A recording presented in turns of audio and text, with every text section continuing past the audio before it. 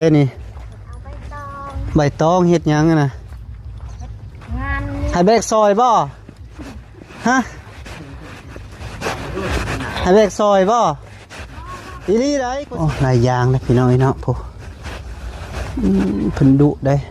เพิ่นปลูกผักโดยจนอ้อมเฮือนนะพี่น้อยเนาะพอดีเดินเฮือนเลยธรรมดาเนาะกินได้บ่หยอดนี่นะอันนี้กินได้ กินได้คนปลาคนกบเขียดได้เบิดลวกอ่ะเนาะมันนี่หยังมันสับปะรังบ่มันต้นตอนเขากินมันต้นที่เขากินว่ามีนะคนคงใจมาอยู่ก็เฮิงมาเท่านึงมาเท่านึงเราเมื่อบ่เราเมื่อจากมือแหละหลายมือแล้วหลายมือเฮิงมาเท่านึงเด้อคนอยู่ไสเรานะอยู่ดงมังแงวเลยอายุเราจักปี20 ปีนี่20 ปีเจ้าเด้32อ้าวมะม่วงกระแดะที่นี่มะม่วง3ฤดู3ฤดูบ่3ฤดูตายบ่หรือว่า3ฤดูมาก3เดือนมากบ่ตัวนั้นบ่หรือว่าตัวนี้คือสิเป็นมะม่วงมันตัวนี้เอาพอดีจะไปซอยดองเพิ่นเลยเอาเพิ่นนั่นให้แล้วเอาเด้อธรรมดาได้โดยสาธุขอให้โชคให้มั่นกว่าเก่าเด้อโดยสาธุ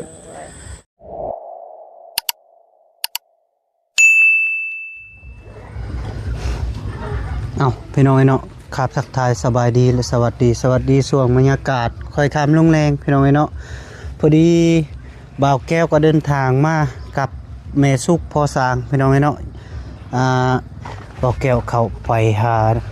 สาวแต้วเนาะครั้งแรกในชีวิตเลยพี่น้อยเนาะตัวมาติไซนี่ใบตองเฮ็ดหยังอะนะให้แบกซอยบ่ฮะให้แบกซอยบ่อีหลีได้คนสิแบกซอยนี่ไปโอ้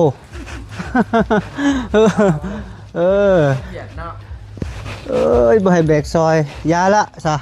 รถค่อยก็มีอยู่ว่าสิไปส่งอยู่พี่น้องเนาะพอดีเขาหยอกกับจัก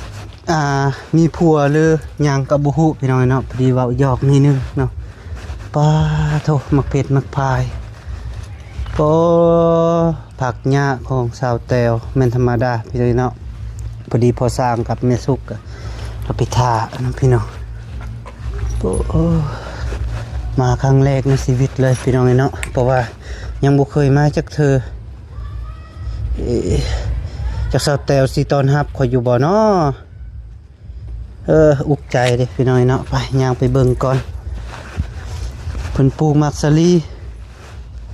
หลายอย่างนะพี่น้อยเนาะผู้เพิ่นดุได้เพิ่นปลูกผักโดยจนอ้อมเฮือนนะพี่น้อยเนาะพอดีเดินเฮือนเลยผู้ปลูกมักสลีมีหอนมันต้นพี่น้อยเนาะมีมันมีหุ่นขัว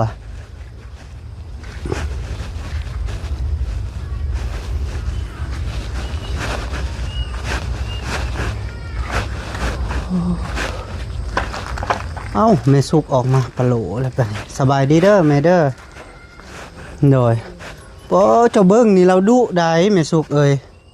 เนาะโดยสบายดีโตผักเจ้านี่มันเป็นธรรมดาเนาะ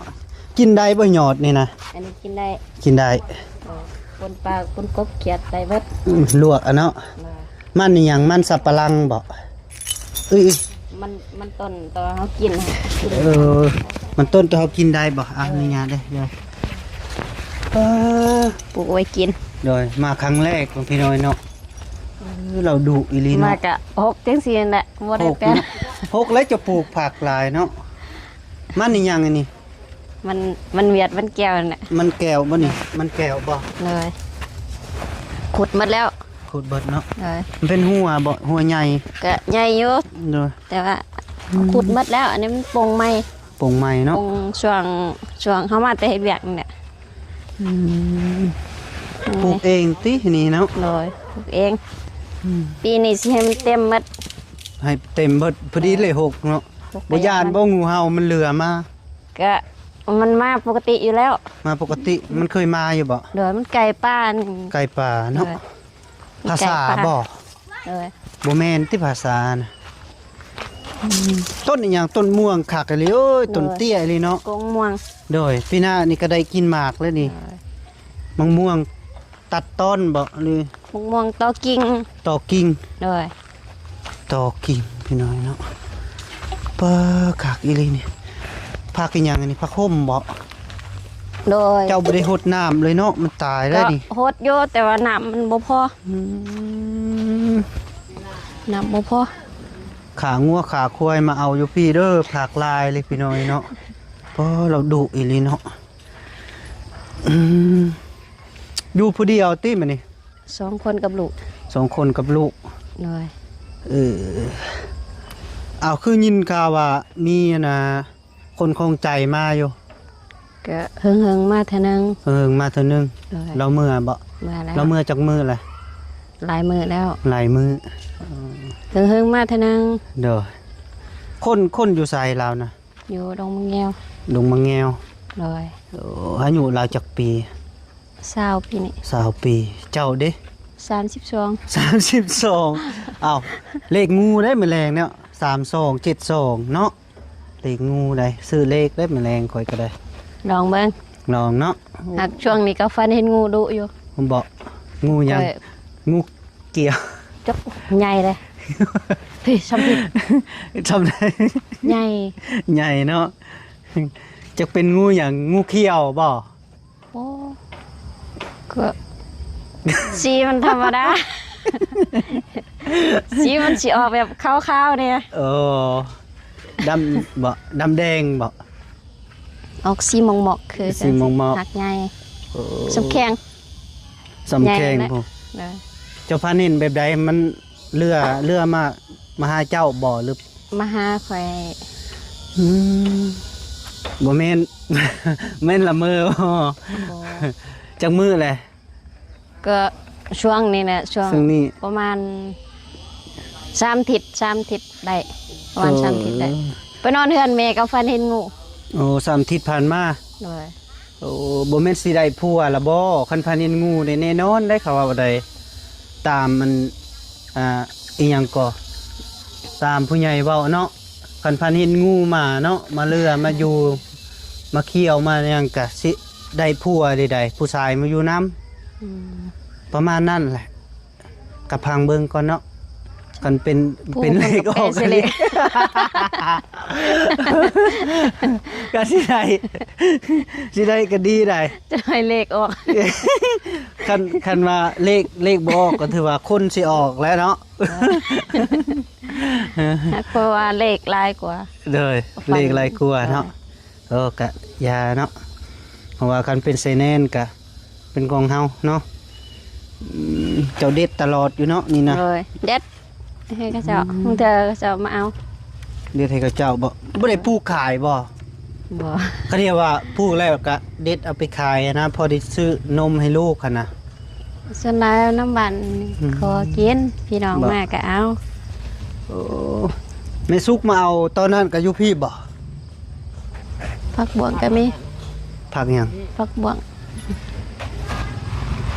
ไก่สิเป็นไก่สิได้กินแล้ว เด้ดอกเลยเนาะ เลยดอกเลยจับโอลาย โอ้แสดงว่ามักม่วงกระแดะที่นี่ ผักม่วง3ฤดู 3ฤดูบ่3ฤดูตายบ่หรือว่า3ฤดูมาก3เดือนมากบ่ ตัวนั้นบ่หรือว่าตัวนี้คือสิเป็นมะม่วงมันตัวนี้ ม่วงมัน เลย มากละโลบ่บ่แม่นติเนาะอย่าเขื่อนมักม่วงไข่ธรรมดาเนาะ อันตัวนี้มาแต่ไทยตัวนี้ มาที่ไทยจะเอามาบ่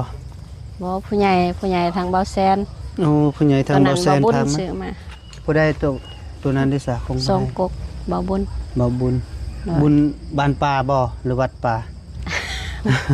มีหลายบุญนะแม่สุกสิมาลักผักเจ้าได้นี่ แล้ว โอ้บ่บุญหยัง บ่บุญบ้านป่าบ่ บ่บุญบ้านเฮา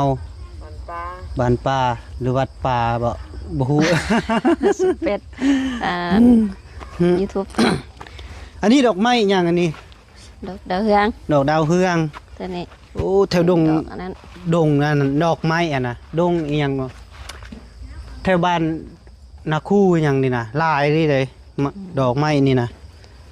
อันนี้ก็หลายอยู่แต่ว่า ชื่อดงดอกไม้นี่แหละบ้านน่ะ บ้านดงดอกไม้บ่ แม่นบ้านดงดอกไม้หลาย เอาบ่เด็ดเอาแล้ว แม่นหยังอ่ะนะ ผักบ่วง มักบวบ บ่วงแซ่บเลย แซ่บบ่ เด้อ แม่นบ่มักบวบอันนี้ ผักบ่วง มักบ่วงคืออยู่ผักบ่วงยอดบ่วง อันนี้ผักตำลิงผัก นุ่งนิ่งใส่นุ่งนิ่ง ตำลิง ผักตำลิง ตำลึง ตำลึงบ่ สำลิงใส่คือหลายผักแท้เอ้ย ใบนี่เป็นยาเลยใบ เป็นยาบ่ แก้สิวแก้ฝ้า คมบ่ บ่คม เอ้ยเนาะเจ้านี่สร้างปลูกคือเนาะผักหญ้าเอ้ย นี่สิอันนั้นเลย โอ้ ใส่อันนั้นเด้ ท่าหน้าบ่ แม่นถ้าราได้เลย ท่าบ่นู้นน่ะ มา นะ ว่ามันแก้อันนั้นได้ บ่ แก้สิวแก้ฝ้าได้ แกซิวแกผ้า ส่วนนายหันกล้วยตำแล้วก็มาขัดผิว โอ้ มันอันนั้นเด้ ข่าวบ่ มันประหยัดครีมทาผิว ดีตัวเอ้ย ใส่ตามวันตามเกิดนี่แล้ว นะเออโอ้ยผิวเจ้ากับผิวแม่สุกนี่คือเดียวเลยบ่โอ้ อันนี้สีแดงข่อยอันสีเหลือง ดำแดงดำเรื่อง ข่อยสีเหลือง เออตัว ใช่เด้อ คักอีแบบนี้สีเหลืองสีแดงสีเขียวสีฟ้า เอาผักบัวหลวกได้บ่ ผักหยัง ผักนี้ละ โอ้ได้แล้วอันนี้มื้อหน้าค่อยจึงมาลักใหม่ รสนะ ก็สิ สี มา เด็ด ละ อันนี้ดอกมีดิ บอกว่าเจ้าก็จิดีปานนั้นบ่สิเด็ดแต่ค่อยเลย ในทางนี้ ทางนี้ ทั้งนั้น โอ้ไอแหละ ทาง โท นี้ ษโท เพิ่นเด็ดเด้อเพิ่น ไอแฮมเลย เอาจ้ะ โอ้สิเด็ดซอยนี่พระสิเอา นี่ เจ้าเองโอ้หวานบ่ผักหวานบ่ บ่ผัก กิน ค กิน ม ออมสิแกงเนี่ย ๆโอ้เจ้าบ่ได้เอาอันหมักน็อตมาปลูกคักใด มัน พอดีลวกกิน บ่มีแนว มีนี่ปลูกหมด โอ้ ย่างมาส่วนหลังบ้านนี่กินได้หมด บ่โอ้คักแล้วเจ้าดุแบบนี้นะโอ้ไผมาเป็นเมียแห่งคักแล้วนอนกินนู่นแล้วนี่ ให้มาเป็นเมีย ไผเป็นผัวเนาะโทษโทษ โอ้ยหัวควรแล้ววันนี้ มาถึกว่ามาถึก ขอโทษ เออนะ เด็ดอันนี้ให้มันแตกฝนตกมานี่แตก บ่มันแตกเองบ่คันบ่เด็ดแล้วมันบ่แตกบ่ มันบ่แตกมันยาว มันยาวเนาะ เลย แบบมันเครือยาวเลยเนาะ เลย เออ เอาการมาปลูกเอาการมาปลูก คักอยู่นี่เนาะมันเป็นเครือแบบนี้เนาะ เอาการมาปลูก เอาการบ่เจ้าเอามาแต่ใส่นี่ เพื่อนนาสาวเพิ่นตัดทิมแล้วก็เอามาปลูกซองอัน คักอีหลี ติดมั นี่ นเลย เนาะนั่นมันแตก เลย สมมุติว่าเฮาตัดอีกแล้วเนาะตัดอีกซ้ำนี้แล้วเอาไปปลูกก็ได้เนาะมันสิแตกหน่อยนี่ม เอาว่าพักตัวนี้ เอาเบิดแล้วไม่สุกเอาเลย เอาเลยเด็ด โผบ่อึดดอกผักอยู่นี่นะโอ้ข่อยมักแล้วประเภทลวกผักตำแจ่วปลาแดกว่าโธ่ ปลาแดกปลาเตาปลาร้าสับ ปลาร้าสับ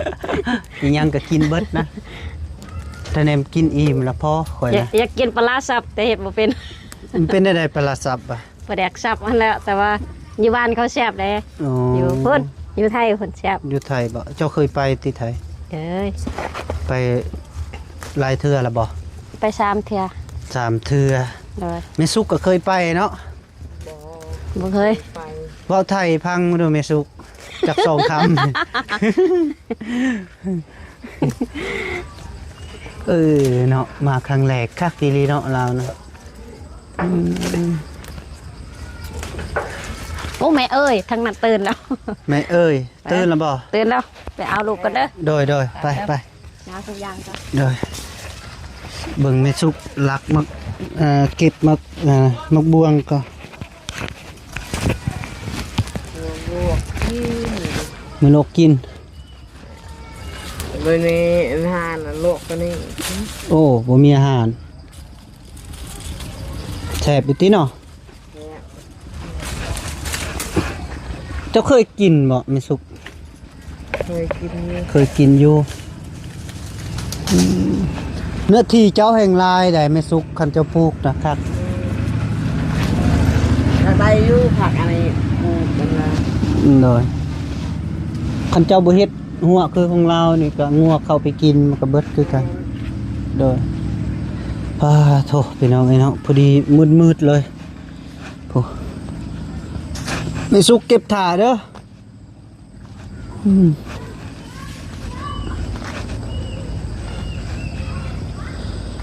มีตังโต๊ะตังนั่งพี่น้องเนาะนั่งเสาโอ้ขาดอีเลยนี่แต่บอกแก้วยังบ่ทันเข้าไปเบิ่งอยู่ในเนาะในเฮือนเพิ่นก็คือสิงามไม่ดอกเฮือนเพิ่นก็ได้เนาะพี่น้องเนาะเพราะว่าก็เพิ่นสร้างหลายคนประมาณก็ FC อ่ะแหละนี่สร้างเพิ่นพี่น้องเนาะเสียดายมาคำโพดเนาะที่แต่บ่มาเนาะเจ้ากะ เอาแล้ว เอาเนาะเป็นเพื่อนกันบ่เป็นเซลล์กันบ่หรือเป็นไดเลอร์ พี่นางเคย พี่นางโอ้ พี่นางเนาะ เป็นน้องหัวเรา มักเผ็ด จะบ่จิเจอ โอ้โหแม่นยังอันคิมินบ่จักเนี่ยมักถั่วแฮโอ้หลายเนาะครับ เรียกมาตาชูอยู่หนังโอ้ยแย่โจก มายังแม่สบายดีเด้อแม่เด้อ ถ้าเราดังนั่นลูกสบายดี เลยอีหยังจะเว้าอีหยังก็กินนี่ ว่าดอง โอ้มาเล่าดองโอ้คือว่ามาทะเลาะดองว่ะ ขอโทษพี่น้องไอ้เนาะเพราะว่าเบาแก้วพังบ่คักเนาะแบบเพิ่นเว้าบ่อยากซัดปานใดเนาะโดย แต่ว่าบอกว่าเดี๋ยวพักงานแล้วไปบ่มีเงินบ่มีงานซอย บ่มีเงินไปซอยบ่ซอยเท่าใดซะถ้าสมมุติว่า ซอยเราเช่าครับ 20,000บ่ นอน มอนหน่อยนึง20,000เนาะไปซอยเนาะ ผู้มีกะหาเสียผู้มีกะ10เช้าเนี่ยเช้าพันครับคอยบ่ยากบ่มีเงินก็แล้วพักยาวก็แล้ว โอ้เนาะ เขาบอกกันว่าเอา 20,000 พักยาก็ได้ เจ้าก็เก็บผักไปขายซะไป ถ้าเอาผักไปซอยเพิ่นก็ได้แล้ว เราย่อซื้อ ปล่อยเอาอีกพุ่นทางนั้นยังมีอยู่ เก็บเลยนี่ ไป อ เก็บ นุญาตให้เก็บได้นี่บ่แม่นคนปลูกดอก แถวนี้พักมืดนี่กำลังเกิดแถว กำลังเกิดเนาะ เห็นมาเลยนี่ โดย หวานสัวบัดส่วนหัวบ่ยากมีแต่ผัก มีแต่ผักเนาะ เห็นบ่เมืองพริกแปลก ฮะ บ่พริกแปลกเคยเห็นบ่ อยู่ใส่ หายางมา อยู่ใส่ นี่เคยเห็นบ่สีขึ้นเทิงนะ เนาะ สีขึ้นเทิง ยังน้อยเนาะ มันหนามบ่พอมัน น้ำบ่พอมันเนาะ ยามเดือน6นี่ใหญ่ซัมพี่ อืม ครับ สีกันเด้อ ลองกัดเบิ่งดูมันสิเผ็ดอยู่บ่ นะ เอ้าซีมเบิ่งดู ว้าลองวะ ลองมาดู ลองเล่นแดงๆนี่เนาะ แม่น ไหนนะบ่แม่นค่อยเด้ อ้าวภาษาเม็ดซุกบ่ เบิ่ง หรือให้ภาษาเอา บ่แก้ว โอ้ ลองวะ ภาษามาซีมเบิ่งดูมันสิเผ็ดบ่ อ่ะ มักเผ็ดนี่นา มาพูดละหน่อยมาแข่ง คน กั ละ น คนละหน่วยเพิ่นว่าเอ้าลองมาดู มาพี่คอยแปลกได้สีกันเทิงพุ่น อ้าว พุ่นสีกันเทิง มาแดดมาเอาแทะเลย โอ้ ลองเบิ่ง เพิ่นอยากแก่บ่จักอี อ่า พักตัวอย่างใครมาดู มิตรพักนั่นแหละโหยทั่วหมดแล้ว จะรู้ได้ยั เอา งไง เอาลองมาดูภาษา สวัสดี โดย คำๆ ย่านว่ามันสีกันเทิงแล้วมันบ่เผ็ดนี่ มาเผ็ดให้มันซีกันถึงเพิ่นว่า พวกเส้นมันสิกระเทิงมาแล้ว บ่แต่ละหน่วยมันความลงนี่ แปลกบ่ ฮะ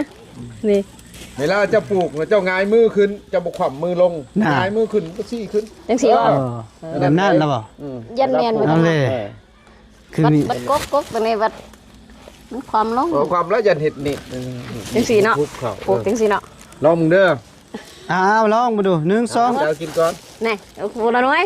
เบิ่ง กัดเบิ้ง เอากัดดูดู กล้าบ่ลองมึงดู เอาดู ก็ก็จะฮู้กันว่ามันผิดก็เผ็ดหรือว่าบ่เผ็ด นะ เอาลองเอา1 2 3กึบหวานได้ เห็นบ่เผ็ด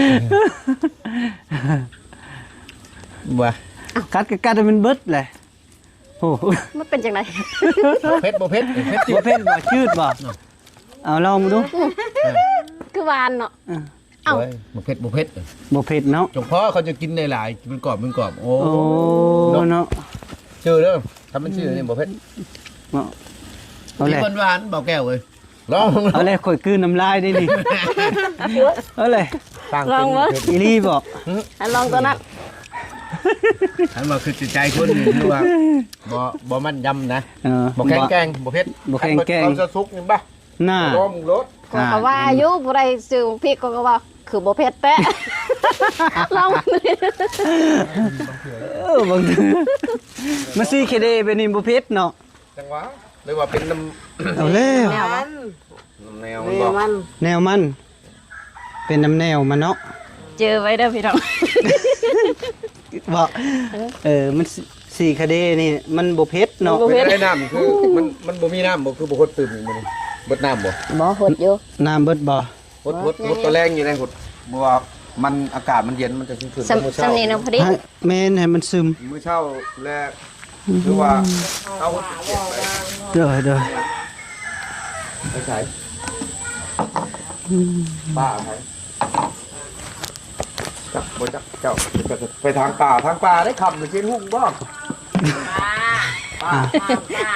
ป้า โอ้ ป้า ไปหาป้า ไปหาป้าไหน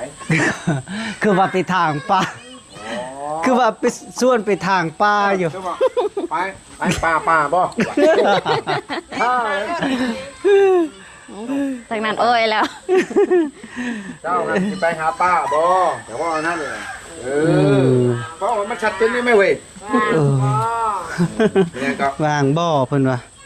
โอ้มักสลีนี่ย่ำได้สิได้กินเจ้าปลูกที่โพดอันเนี้ย ทุกทีเพิ่น แม่นเจ้าปลูกที่โพด มีวิธีนึงท่านว่าจะกินนะคือว่าได้ย้อนเห็ดเป็นเงา